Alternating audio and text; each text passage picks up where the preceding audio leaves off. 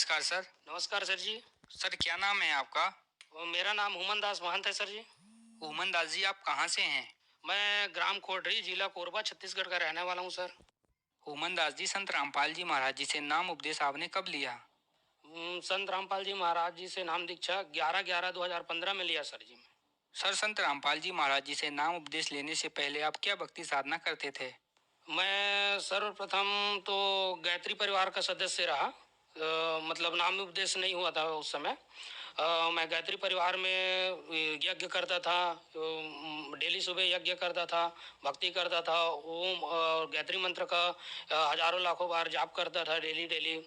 और उसके बाद कुछ दिन वहाँ से मैं फिर इस्लाम धर्म में गया था। इस्लाम धर्म में 1 साल रहा हूँ मैं तकरीबन। इंसान अली बाबा जी को मानते थे वो, मतलब मजहब वगैरह का पूजा करवाते हैं वो लोग। उसके बाद सिख धर्म में भी था मैं। सिख धर्म में भी कुछ दिन मैं गया हूँ। कोरबा में जो उनका दरगाह वगैरह बना है वहाँ वहाँ भी भक्ति वगैरह करते थे, मनन कीर्तन उनके अनुसार से। ईसाई धर्म में रहा हूँ सर जी मैं बहुत दिन से। ईसाई धर्म में क्या है, प्रार्थना कराया जाता था और यीशु को मानने के लिए और परमेश्वर के नाम से डेली दीपक जलाना पड़ता था घर में।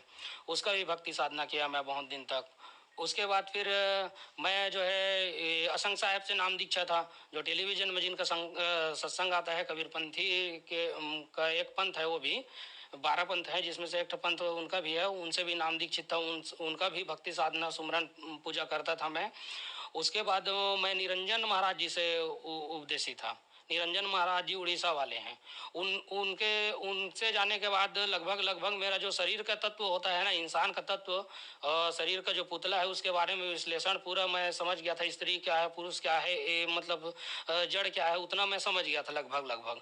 और उसके बाद फिर से मैं नाम दीक्षित चित्रलेखा देवी देवी से, जिनके बाद मैं श्री कृष्ण भगवान जी का पूजा करता था और विष्णु भगवान का ही, विष्णु भगवान जी का मैं 12 नाम जाप करता था। और उसके बाद फिर 12 नाम, और गणेश जी का फिर 27 नाम। इस प्रकार से ना मैं सर्वप्रथम सो के उठता था, धरती माता को प्रणाम करके इन सब देवी देवताओं का नाम लेता था, 33 करोड़ देवी देवताओं का सब का नाम लेता था। उसके बाद फिर कुछ दिन हुआ, उसके बाद मैं साईं बाबा का उपासक रहा हूँ। साईं बाबा का उपासक मैं बहुत दिन से रहा हूँ सर।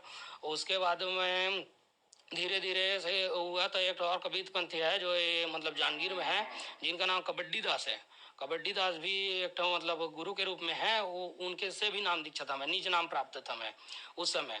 निज नाम का भी मैं किया हूँ सर।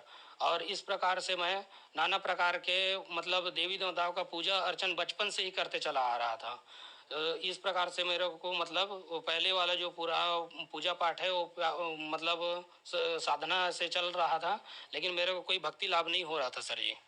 सर, जैसा कि आपने बताया कि आप बहुत सारी भक्ति साधनाएं करते थे, आप बहुत से धर्मों में गए, आपने अनेकों गुरु बनाए। सर, इसका क्या कारण रहा? आपने इतनी सारी भक्ति साधनाएं क्यों बदलनी? आखिर आप क्या चाहते थे? सर मैं बचपन से ना भक्ति का जिज्ञासा था, बचपन से। जब से मैं होश संभाला हूँ, जन्म हुआ है मेरा, उससे बाद मतलब 5वीं 8वीं पढ़ रहा था उस समय से मैं बचपन से भक्ति करते आ रहा था सर। और मेरे मन में इतना जिज्ञासा, आत्मा में इतना उत्सुक है परमात्मा के लिए था, जिसका भूख जो है कहीं भी कम खत्म नहीं हुआ। वो भक्ति का भूख जो है ना, आत्मा का खुराक होता है, वो आत्मा का खुराक कहीं से मेरे को नहीं मिल रहा था। और इस मार्ग में आने के बाद मेरे को जो आत्मा का खुराक है ना, परमात्मा संत रामपाल जी महाराज जी से नाम दीक्षा लेते ही 1 हफ्ते बाद संतुष्टि हो गया। सर, संत रामपाल जी महाराज जी से आपने नाम उपदेश लिया, तो क्या आपको कोई लाभ भी मिले? सर संत रामपाल जी महाराज जी से नाम दीक्षा लेने के बाद मेरे को तो अनेक प्रकार के लाभ मिले। मेरा रमैनी हुआ, उसके बाद तकरीबन कुछ दिन बाद मेरे वो पत्नी जो है गर्भवती हुई ना, तो उसका मिसकैरेज हो गया। 3-4 महीने हुआ था लगभग गर्भ धारण किए हुए उनको। तो उस समय लॉकडाउन चल रहा था। लॉकडाउन चल रहा था तो क्या है ना, उनका शरीर से ब्लड लगभग लगभग निकल गया था। उनके ब्लड शरीर में 4 ग्राम था। टीके नाम के हॉस्पिटल है, वहाँ मैं हम लोग लेके गए प्राइवेट हॉस्पिटल में। प्राइवेट हॉस्पिटल में हम लोग उसको लेके गए ना, तो उसका शरीर जो है ऐठन हो गया था, मतलब ऑटोमेटिक उसका शरीर जो है ऐठा रहा था मेरे धर्मपत्नी का। तो उसके बाद ना वहाँ के डॉक्टर लोग हम लोग को बोल दिए कि हम लोग इसको नहीं बचा सकते, बोले आप लोग ना इसको जिला चिकित्सालय में एडमिट कीजिए, बोले सरकारी हॉस्पिटल में, और वहीं से इनका इलाज होगा बोले, है ना। तो हम लोग वहाँ से लेके गए प्राइवेट हॉस्पिटल से, जैसे ही लेके निकले वहाँ से, तब मैं परमात्मा को वहीं से गुहार लगाना चालू किया। और मतलब उस दिन तो गारंटी था पर मेरे धर्म पत्नी नहीं बचेगी बोल के, तो परमात्मा को मैं गुहार लगाया कि हे परमात्मा एक बार बचा दीजिए बोल के।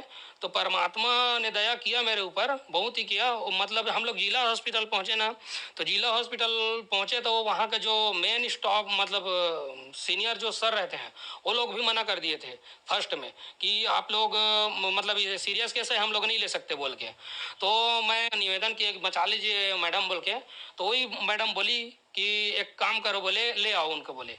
और जब उनको बुलाए ना, उसके बाद उनका ब्लड 3 ग्राम हो गया था, 3 यूनिट हो गया था वो शरीर में ब्लड। और उनका उनका ना डेट होने ही वाला था कि उनको ना ग्लूकोज बॉटल चढ़ा, फिर उनके बाद फिर बॉटल चढ़ा। तो जल्द से जल्द परमात्मा ने उसको ठीक करने में सहायता की है मेरे समय। उस समय पूरा प्रमाण है मेरा, क्योंकि वो ना मौत के मुंह से मेरे धर्म पत्नी को निकाले हैं। इस प्रकार से लाभ है सर। डॉक्टर ने साफ मना कर दिया सर, वो सीरियस केस था, सीरियस केस इसलिए था क्योंकि एक हफ्ता से वो घर ही में था, हमारे घर में। हम लोग हॉस्पिटल नहीं लेके गए थे। आज ब्लड का भरपाई हो जाएगा, कल ब्लड का भरपाई हो जाएगा बोल के ना हम लोग नहीं जा पा रहे थे। और जब 6 ग्राम यूनिट ब्लड था ना, उसी समय हम निकले थे और ब्लड कम होते गया, जिसके कारण बहुत दिक्कत आ रहा था। और परमात्मा ने वो दिक्कत भी सॉल्व कर दिया सर जी। और सर दर्द चल रहा था बचपन से मेरा। जब मैं वो पूजा पाठ कर रहा था ना, उस समय मेरा सर दर्द चल रहा था बचपन से।